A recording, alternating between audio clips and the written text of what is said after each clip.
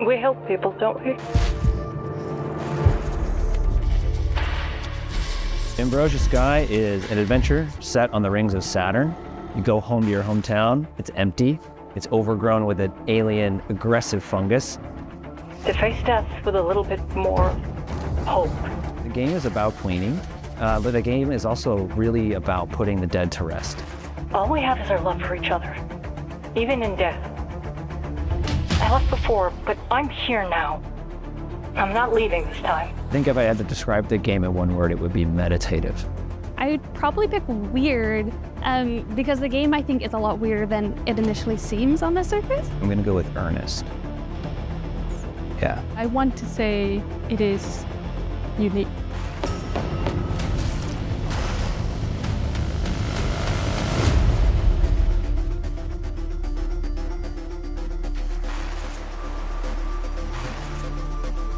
We're sitting here in Cappy's office. Soft Drains represents like the realization of an opportunity to get a group of people with some sensibilities and some, work histories in common, combine their forces and like make something that was really unique and really specific to that group of people.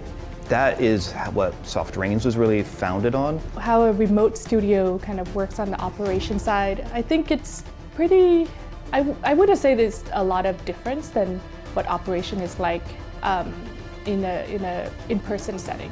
We still need to make sure that we have the right tools to help people kind of collaborate and unblock each other and being connected with each other. We celebrate the weird, the uniqueness within each other here. When you build a company that kind of celebrate that uniqueness, that translates to the unique kind of story that we can tell as well. A job's a job, right? Get in, get out. Don't get sucked back in. Ambrosia Sky is an adventure set on the rings of Saturn. You go home to your hometown, it's empty, it's overgrown with an alien aggressive fungus, and you're there looking for your ex-girlfriend. And you didn't end things very well. The game is about cleaning, but the game is also really about putting the dead to rest. Ambrosia Sky is an immersive exploration game where you are tasked with cleaning up a sentient, deadly alien fungus. To boil it down to like the elevator pitch, Ambrosia Sky is a immersive first-person science fiction clean 'em up game. We play Dahlia, a deep space disaster specialist who happens to be called to a cluster, which is a set of asteroids that sits around the ring of Saturn. There's a crisis that has happened in the cluster, and Dahlia is asked to investigate what happens. We don't know the state of the crisis. Remember, Dee, it's just a job. I've been working in games in Canada for now close to a decade, and I've never felt more welcomed in a type of kind of industry as it is in games, because I think it comes from passion, and when you all share the same passion, it's very easy to talk to each other, it's very easy to build a deep friendship. The people I've met from Vancouver, Montreal, I'm from Montreal, and Toronto, there is a tight-knit group on both the large scale and the small scale. And the types of projects that are coming out of the country are just phenomenal across the board. There's a really strong community in Toronto in particular, but in Canada generally.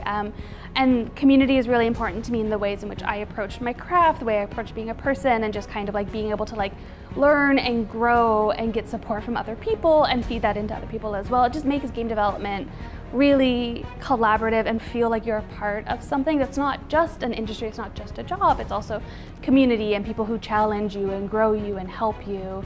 And so we have that here in Toronto, which is really, really lovely. It's almost a shame that I came here sort of at the mid stage of my career, because in the early stage of my career, I was starving to be able to talk to other game developers, right? I find myself in a city where you have landmark, Indian solo developers, you have,